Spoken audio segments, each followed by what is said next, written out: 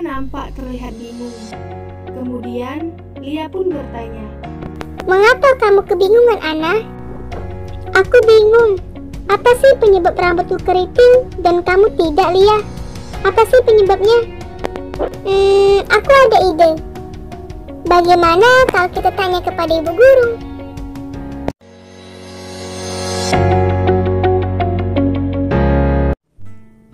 "Halo anak-anak, berjumpa kembali dengan Ibu.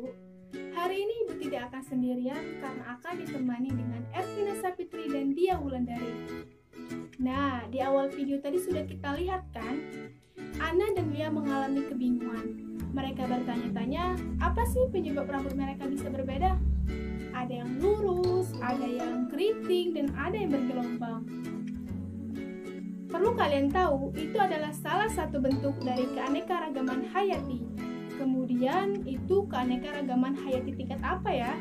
Tingkat gen, tingkat jenis, atau tingkat ekosistem? Apa sih yang ada di pikiran kalian ketika kalian melihat gambar ini? Ya, ini adalah salah satu contoh keanekaragaman gen.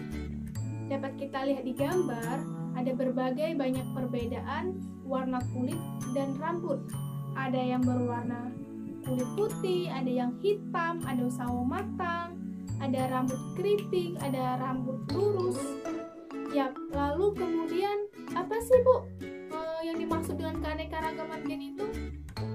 Jadi anak-anak, keanekaragaman gen itu adalah keanekaragaman individu yang terdapat dalam satu spesies makhluk hidup, dan penyebabnya adalah adanya perbedaan variasi gen yang ada dalam satu jenis makhluk hidup.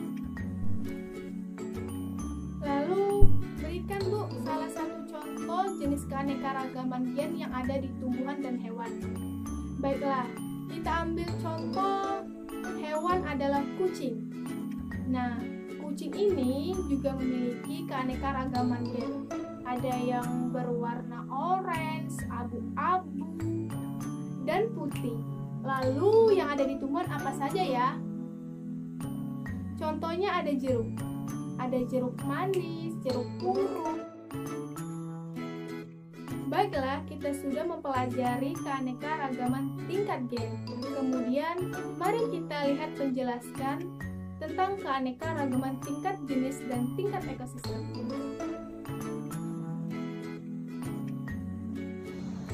Nah, kalau tadi kita membahas tentang keanekaragaman gen, sekarang kita akan membahas keanekaragaman jenis. Apa sih keanekaragaman jenis itu?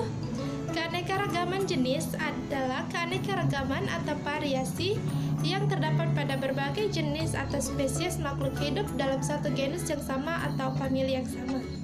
Contohnya apa, Bu? Pasti kalian mikir kan? Contohnya adalah famili palem-paleman atau pinang-pinangan. Jenisnya ada kelapa, pinang, lontar, pinang merah, aren, dan kelapa sawit. Meskipun mereka berada dalam satu kelompok yang sama, yaitu kelompok palem-paleman, namun masing-masing mereka memiliki fisik yang berbeda dan tempat hidup yang berbeda juga. Apa sih Bu contohnya? Itu keanekaragaman jenis dari hewan. Nah, ada yang bisa jawab nggak? Benar sekali. Keanekaragaman jenis dari hewan yaitu kita ambil dari genus Panthera. Genus Panthera ini terdiri dari harimau, singa, macan tutul, dan jaguar. Karena mereka itu berada dalam satu genus yang sama, tetapi memiliki spesies yang berbeda. Baiklah anak-anak, selanjutnya Ibu akan meneruskan materi keanekaragaman hayati di tingkat ekosistem.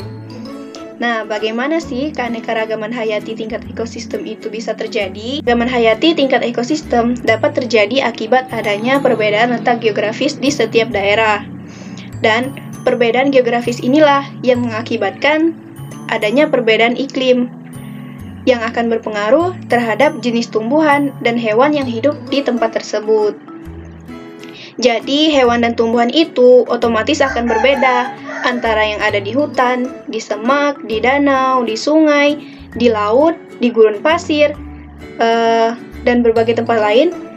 semuanya itu akan memiliki perbedaan atau memiliki ciri khas tersendiri. Jadi, berdasarkan hal-hal tersebut, dapat kita ambil kesimpulan bahwa keanekaragaman hayati tingkat ekosistem merupakan keanekaragaman yang terbentuk akibat adanya berbagai kelompok spesies yang menyesuaikan diri terhadap perubahan lingkungannya. Terkhusus di sini adalah perubahan iklim.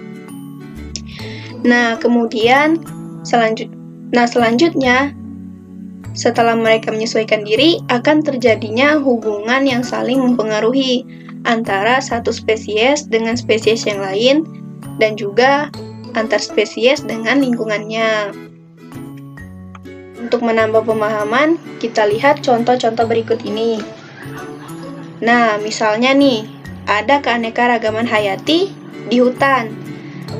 Untuk tumbuhan yang ada di hutan, otomatis adalah tanaman-tanaman yang lebih tinggi, kemudian pohonnya besar, dan juga hewan yang hidup di sana pastilah hewan-hewan yang liar, misalnya harimau, monyet, orangutan, dan juga berbagai jenis serangga. Nah, kalau misalnya kita ambil contoh yang lain, misalnya keanekaragaman hayati yang ada di danau, otomatis tumbuhan yang ada di danau pasti lebih kecil dong dari tanaman yang ada di hutan. Misalnya nih, tanaman yang ada di danau itu seperti teratai, enceng gondok, kemudian hidrilla, dan berbagai tanaman yang kecil yang lainnya. Untuk hewannya sendiri, kalau yang ada di danau, apa nih? Apakah kalian tahu hewan apa saja yang hidup di danau? Iya, benar sekali. Pastinya ada ikan, udang, kepiting, dan pastinya hewan-hewan ini bukan tergolong hewan liar. Demikian materi kita hari ini ya anak-anak. Selamat belajar dan semoga bermanfaat. Assalamualaikum warahmatullahi wabarakatuh.